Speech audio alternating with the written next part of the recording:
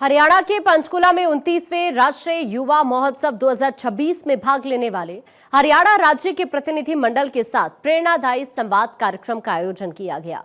कार्यक्रम में मुख्यमंत्री नायब सिंह सैनी ने बतौर मुख्य अतिथि शिरकत की। इस मौके पर युवा अधिकारिता एवं उद्यमिता राज्य मंत्री गौरव गौतम भी उपस्थित थे। मुख्यमंत्री ने राष्ट्रीय युवा महोत्सव 2026 में भाग लेने वाले 64 युवाओं में जोश भरते हुए झंडी दिखाकर रवाना किया। मुख्यमंत्री ने प्रतिनिधि मंडल को झंडी दिखाकर रवाना करने उपरांत युवाओं से संवाद करते हुए कहा, ये ध्वज केवल कपड़े का एक टुकड़ा नहीं, ये हमारे पूर्वजों से मिले संस्कार, हमारी वीरता की संस्कृति और हमारे युवाओं के साहस का प्रतीक है। ये उस भरोसे का वाहक है जो आज पूरा प्रदेश आप पर कर रहा है। उन्होंने कहा कि राष्ट्रीय युवा दिवस संत स्वामी विवेकानंद जी के जन्म दिवस पर आयोजित किया जाता है। साथियों, हम सब जानते हैं कि स्वामी विवेकानंद जी जन्म से विवेकानंद नहीं थे, वो विवेकानंद अपने कर्म से बने। उनका नाम नरेंद्र था, हम सब जानते हैं। परंतु जो उन्होंने तपस्या, जो उन्होंने काम किए, आज पूरी दुनिया में एक श्रद्धा की दृष्टि से स्वामी विवेकानंद जी को देखा भी जाता है, उनका नाम भी लिया जाता है। वो अपने कर्म से इतने ऊंचे बने हैं। साथियों, स्वामी विवेकानंद जी की यात्रा उन्होंने अपने आप खुद पूरी की, उसके ऊपर वो स्वयं बढ़े। वे उम्र से नहीं बल्कि सोच से, अपने मन से, अपने विचारों से और अपने कर्मों से वो युवा थे।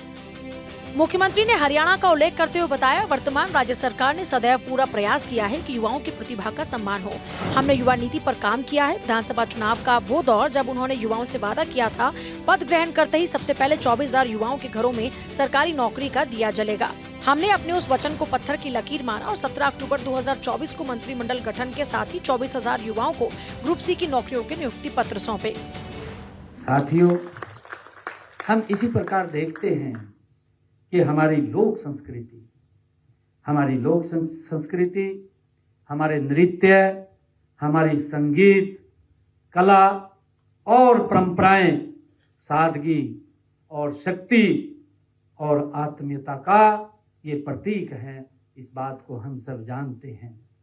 साथियों, मुझे खुशी है कि राष्ट्रीय युवा महोत्सव में जब आप इसका प्रदर्शन करेंगे तो पूरे देश को हरियाणा की आत्मा के दर्शन होंगे। ये हम सब के लिए बड़े गर्व की बात है।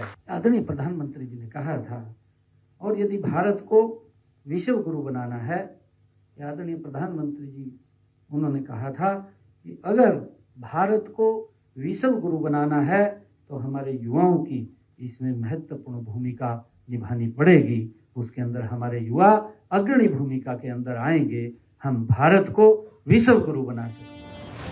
मुख्यमंत्री ने डंकी रूट के माध्यम से विदेश जाने के मामले पर चिंता व्यक्त करते हुए कहा कि इस धोखाधड़ी और अवैध एजेंट्स के खेल को खत्म करने के लिए राज्य सरकार ने 26 मार्च 2025 को विधानसभा में एक ऐतिहासिक बिल पास कर कानून बनाया। अब ट्रेवल एजेंट्स के काम में पारदर्शिता होगी और धोखाधड़ी करने वालों पर नकेल कसी जाएगी। उन्होंने कहा, हम चाहते हैं कि हमारा युवा विदेश जाए, लेकिन सम्मान और सुरक्षा के साथ। इसी कड़ी में 1,14,000 युवाओं को कौशल प्रशिक्षण भी दिया गया ताकि वो दुनिया भर के बाजारों में अपनी धाक जमा सके। साथियों, हम चाहते हैं कि हमारा युवा विदेश जाए, लेकिन सम्मान और सुरक्षा के साथ जाए। ये हमारी सरकार का दायित्व है। और इसी कड़ी में हमने 14,000 युवाओं को कौशल प्रशिक्षण भी दिया है ताकि वो दुनिया भर के बाजारों में कि वहां पर किस चीज की आवश्यकता है, उसी प्रकार का उनको स्किल देने का काम हम करते हैं। जो डिमांड हम लेकर के आती है, जिस प्रकार की बाहर से डिमांड आएगी, उसी प्रकार का स्किल उन युवाओं को दे करके उनको हम बाहर भेजने का काम करते हैं ताकि वो भारत की धाक को, हरियाणा की धाक को वो वहां पर ऊंचा कर सके, उसको मजबूत कर सके, ये हमारी सोच है। मुख्यमंत्री ने राष्ट्रीय युवा महोत्सव 2026 में भाग लेने वाले 64 युवाओं में जोश भरते हुए उनके साथ समूह चित्र करवाया और प्रतिनिधि मंडल को हरी झंडी दिखाकर रवाना करते हुए कहा कि हरियाणा से अलग अलग विधाओं के कुल 64 प्रतिभागी जो हरियाणा के अलग अलग जिलों से हैं, राष्ट्रीय स्तर पर अपने क्षेत्र में जौहर दिखाएंगे और अपने हुनर का प्रदर्शन करेंगे। मुख्यमंत्री नायब सैनी ने कहा कि सरकार ने हमेशा युवाओं को अपनी नीतियों के केंद्र में रखते हुए अनेक युवा केंद्रित योजनाएं चलाई। उन्होंने कहा केंद्र और राज्य सरकार ने पिछले 1 दशक में वो कर दिखाया जो अन्य सरकारें कई दशक में नहीं कर पाई। चंडीगढ़ से डॉक्टर थानेश्वर शर्मा की रिपोर्ट।